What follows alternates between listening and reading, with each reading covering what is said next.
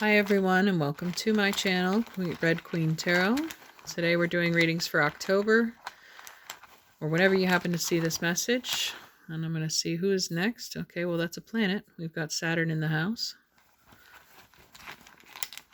And we have Neptune. We have a token here.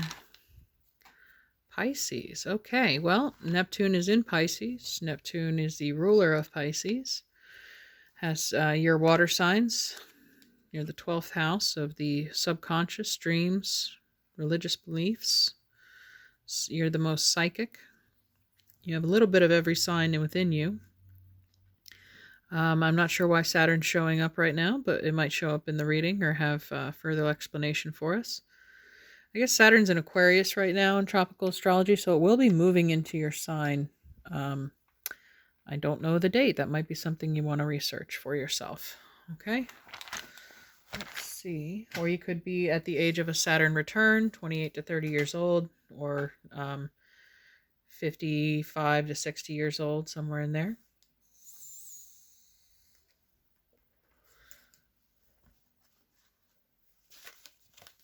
Saturn's our teacher.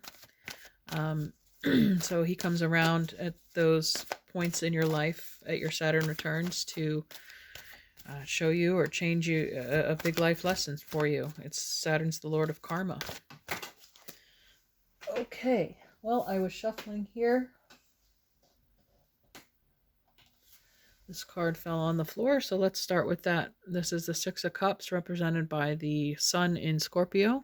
We are coming into that season in tropical astrology starting at the end of October, 21st or 22nd, I believe.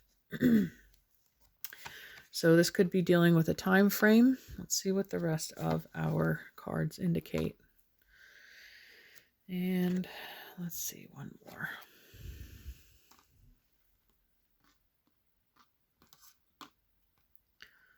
Pisces. All right. Actually, yeah, there's no room, but I need to pull this one too. So it's the King of Cups. It's you. Pisces, Cancer, Scorpio. This could also be dealing with Scorpio season again, or you could have a Scorpio prominent in your life or placements in your chart. But that needed to come up as well. So the King of Healing, the King of Compassion, he has total control over his emotion, and he's a healer. Spiritual, emotional, physical. You could be a practitioner of the healing arts. And second, we have the Four of Coins, the Sun in Capricorn. Has to do with financial security, stability, strong foundations. Let's find out what else is present. The Aquarius here. I mentioned that Saturn's in Aquarius, didn't I, when this came up? So take a look at where that is in your chart. If you have this placement,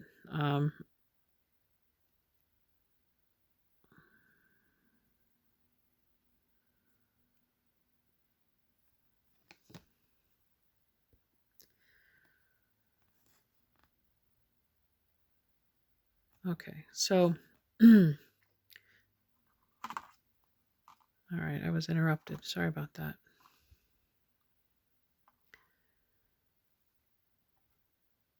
But yes, the star is ruled by Uranus, which is, or the star is associated with Aquarius, which is ruled by Uranus, which is the unexpected. The 11th house of Aquarius has to deal with the collective,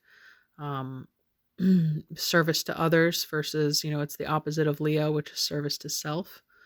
This could be you pouring out your knowledge, your skills, your wisdom onto others to be helping them learn their important life lessons. And finally, we have the Six of Coins, Moon in Taurus. So we have two sixes here now.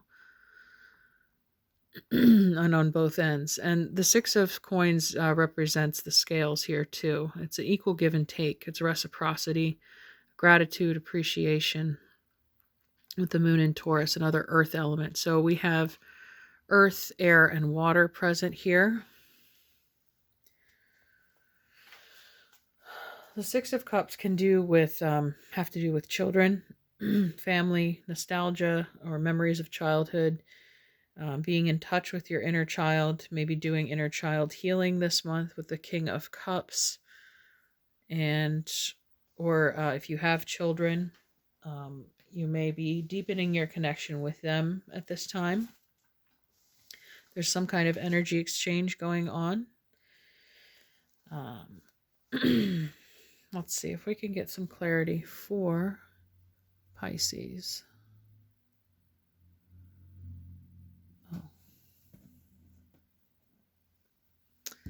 These are huge cards, but it's the Syrian Starseed Tarot. So I'm going to attempt to shuffle them.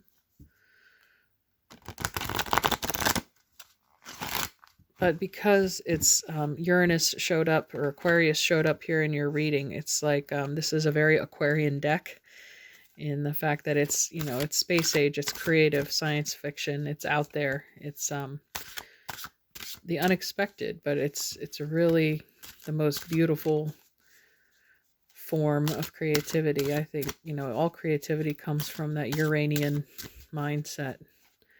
It's taking the void and forming it into something that the world here hasn't seen yet. It's got your own unique signature on it. And that might be what you're creating or putting out there to the collective. Wow. So underneath it, I have the number 3 card, Abundance. And this is the Empress card in the traditional deck. So you're very fertile this month, Pisces, meaning what you put in, you get out tenfold. And that's illustrated here too with the 6 of Coins card as well. This reciprocity, it's input, output, but there's something being produced. And I mean, with all the water flowing off of her like this too, and the water pictures coming from the Star card, it feels it's emotional outpouring. There's an abundance of love here, universal love. There's a lot of connectivity with people this month. And you could even give them that feeling of nostalgia or that feeling of home, security. And people do find a lot of value in what it is that you're offering. There's a lot of healing going on here. Let's see what the other cards are. All right, the 9 of Cups. Cups are water energy. This is a wish fulfilled. It's like your cups are overflowing this month with gratitude. The 6 of Cups has to do with gratitude too. There's a lot to be thankful for here. All right, now I'm officially out of room. How do I want to do that? Okay, I'm going to lay him down here. Next, we have the 4 of Orbs, or the 4 of Swords. Here we have another figure sitting in the water, even though swords are an air element. The 4 of Swords is representative of a time of peace, contemplation, reflection, inner peace. There's a quieting of the mind here that's going on. A stillness that you're able to achieve this month. Things are very positive in flow for you. Things are, I mean, you're not working for your money is working for you. And then we have Divine Justice, number 11. So the Justice card, Libra. Again, filming this in the Sun in Libra time. And here we have the scales showing up again, even in the same position. Scales of justice. This is, and that's why Saturn showed up. Like I said, he's the Lord of Karma. Input and output. What you put in, you get back. So pay attention to the energy that you are sharing this month, Pisces, because that's what's going to be returned to you. And from here, it looks very peaceful, centered. It's bringing you joy and gratitude. There's a lot, like I said, to be thankful for. And it's bringing, other people are grateful too. That they're receiving this healing from you. There's something that you're offering the world that is making people feel restored, like they're properly watering their soul that's, you know, dying of thirst. It's like you provide a fountain or a well for people to drink from, a well of knowledge, and that nourishes them on a level that they weren't able to achieve externally by themselves. Okay, so I would like to see Angels and ancestors have to say for our Piscean friends. Here, we gotta put this out here too. And Neptune. Neptune takes like 15 years to get through a sign, or longer, I can't remember, but it's going to be in your sign a little while longer. But I mean, it rules dreams, the subconscious, fantasy, imagination, which I brought up from the star card too. Creativity is key for you to keep this energy flow going. There's like, again, with the scales, there's input, output. It's a fluctuation, you know, the energy you put out will be compensated and matched in return energetically. There's an energetic balance for you this month. Okay, your card, Stargazer, set your sights higher. All right, so if you've already achieved the goal, if you've reached a plateau or a point in your life where, again, you had this satisfaction, this gratitude, this is telling you that maybe there's even greater things that you could be doing. Think larger, think big scale. Again, that could be the time that you're taking to reflect here by yourself and evaluate your next target. So by spending this time and contemplating within, you're able to listen to higher self and which direction you should be going next. So I'm going to read about the Stargazer here real quick. And where is that? I mean, if your sun's in Pisces, you may be close to the cusp of Aquarius for some of you, because I'm getting such strong Uranian, creative, Aquarian energy, and with the star being present here, you may have other planets in Aquarius. Let's go ahead and see what Stargazer has.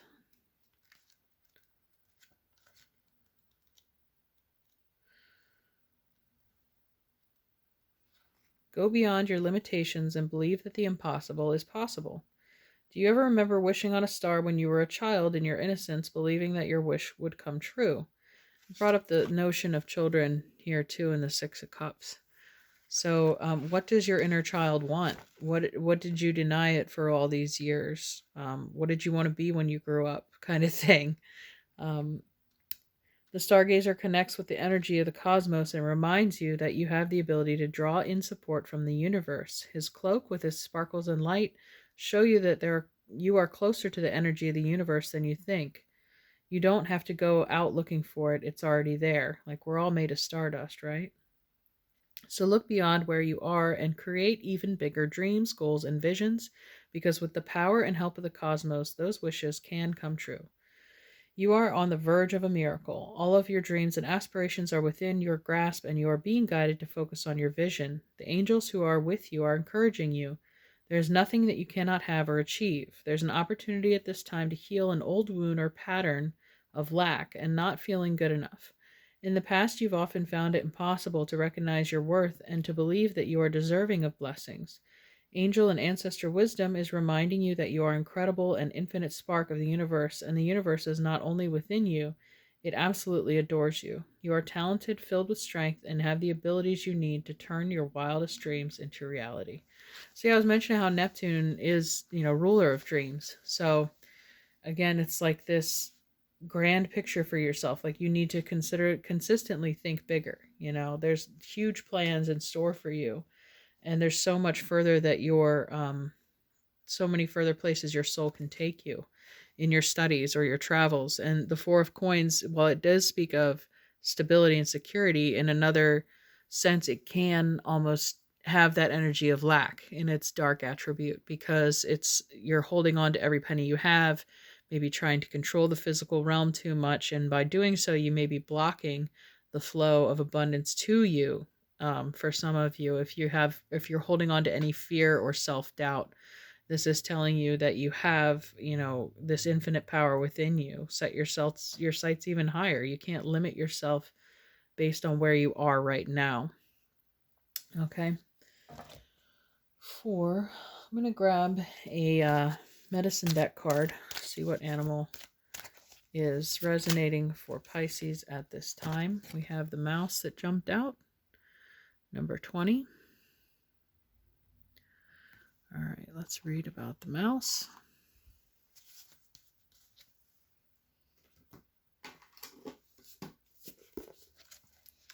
I always hear that phrase in my head, quiet as a mouse, and the Four of Swords is jumping out at me too. This time of rest, recovery, reflection is going to help you gain focus for your next target.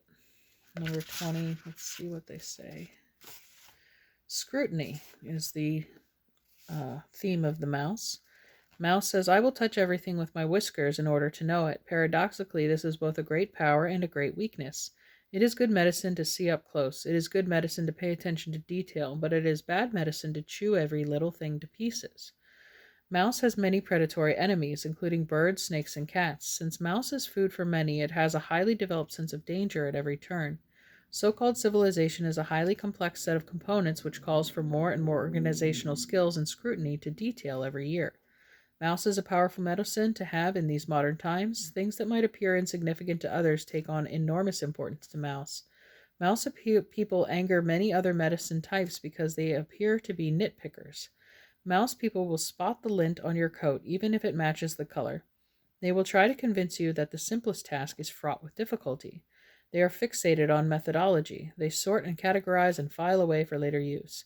They may seem like they are hoarding, but this is the farthest thing from Mouse's mind. They are merely putting everything in order so that they will be able to explore it more carefully at a later date.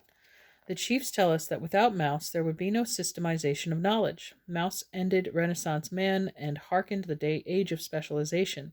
Mouse knew from every beginning that there is always more to learn. One can always delve deeper and deeper and deeper. Maybe that's why the telescope showed up and the stargazer. Set your sights higher. There's more to discover here. There's a whole universe to explore. You know, the success doesn't end because you've mastered one area of your life or one piece of knowledge. You know, there's another calling. So you probably have a lot of air placements in your chart, Aquarius, Gemini, or Libra, like you're a seeker of knowledge. Let's see.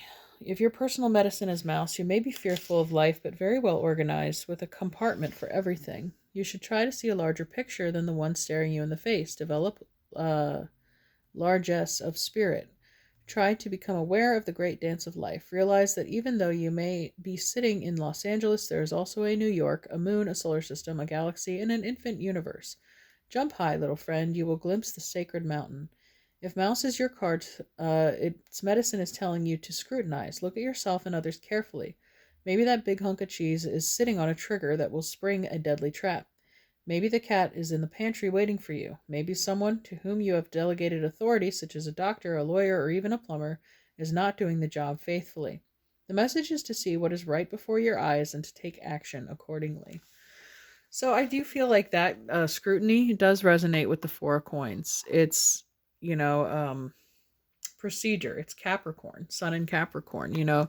Capricorn rules the 10th house of business, and it requires, as a business person to, balance your books and do inventory. There's a lot of practical number crunching that needs to take place, just as an example. So making sure that everything, again, in Saturn is guidelines and rules and contracts, making sure those are all in order so that you're on the right side of the law, will help you maintain that firm foundation that you've established for yourself. So just because you've achieved in one area of life, you can't let go of the reins in that area. It's like you have to keep it on a leash. You have to keep it under scrutiny, to keep yourself in balance and in check. So that might be the advice that the Mouse is bringing you today. Anything else for our Piscean friends? I'm going to grab a Queen of the Moon Oracle.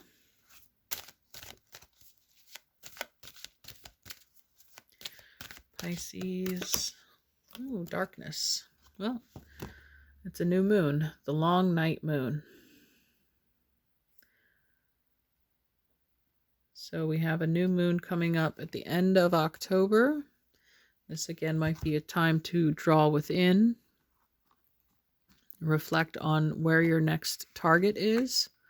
But the dark moon, the new moon, is a void. It's a portal of infinite possibilities. It's what seeds are you planting in this darkness under the new moon that are going to grow and flourish into a full moon for you, a harvest. So let's read about darkness. Number 40. You are entering a time of introversion, a leaner time, or a time to turn inward to plan and strategize. It is time to do shadow work, which will bring big dividends later on. Release what no longer works for you. The darkness needs to be there as much as does the light. One of the earliest human fears is said to be the fear of the dark. We fear what we can't see, and we fear what may be hiding. In reality, the dark is as important as the light. In nature, there are many nocturnal animals that go about the business of living under the moon, not the sun. The darker times of the lunar and seasonal cycles signal a time to naturally turn inward, to stay close to home, to look closely at ourselves and the plan for the light. See, in the northern hemisphere, we just had the autumn equinox, which is the first day of Libra and tropical zodiac, and that is the tipping of the scales. That is where we go from the light, the sun, dominating the months and most of the daytime, from the spring equinox to the fall equinox, the sun rules. And now the sun goes into the underworld as it travels into the sign of Scorpio, after being rebalanced in Libra, equal day, equal night. Now the night takes over, the darker, longer nights take over for the next 6 months. So this is like a descent into the subconscious. This could be a retreat within, again, to formulate your new plan for the new season, new year that's coming. In the northern hemisphere, the long night moon usually occurred in December around the winter solstice. Okay, so that could be pointing to a time frame for you, around December 21st. This is when the nights are indeed long and the hours of sunshine short. Yeah, the longest night of the year is the winter solstice. It's cold and people would begin to be snowed in. It is during these long nights we can begin to do our shadow work, undertaking the self-reflection needed to identify what isn't working for us and what might be causing us pain. And I learned something recently that, pain is our teacher. And here we have Saturn is the teacher. And pain leaves when the lesson is complete. When you've learned the lesson, the pain goes away. So that could be dealing with finding out the root cause of your emotional pain. If you're experiencing that, where does it come from? Some of you, it might come from childhood. This is offering you an opportunity to go within in these darker months, do the shadow work, heal that wounded child within you so you can let go of it and move on to the next cycle or open up new possibilities for yourself. This could be a bad habit, a destructive pattern, a recurring useless fear, or anything that holds us back from being the best we can be. Once we see these aspects of ourselves in the dark, we can simply decide whether they must go. We can decide to release them once and for all. We get to transform. Okay. So it looks like there is an opportunity for a rebirth, a resurrection for you coming out of this dark period, once you've completed your shadow work, once you've learned the lesson that Saturn is here to teach you. You'll be ready to move on and become a better servant to yourself and humankind in general. What benefits you is going to benefit everyone around you in the long run, is what I'm trying to say. So, okay, Pisces, I hope you enjoyed this. If so, please let me know in the comments below, and we'll see you next month. Take care. Bye-bye.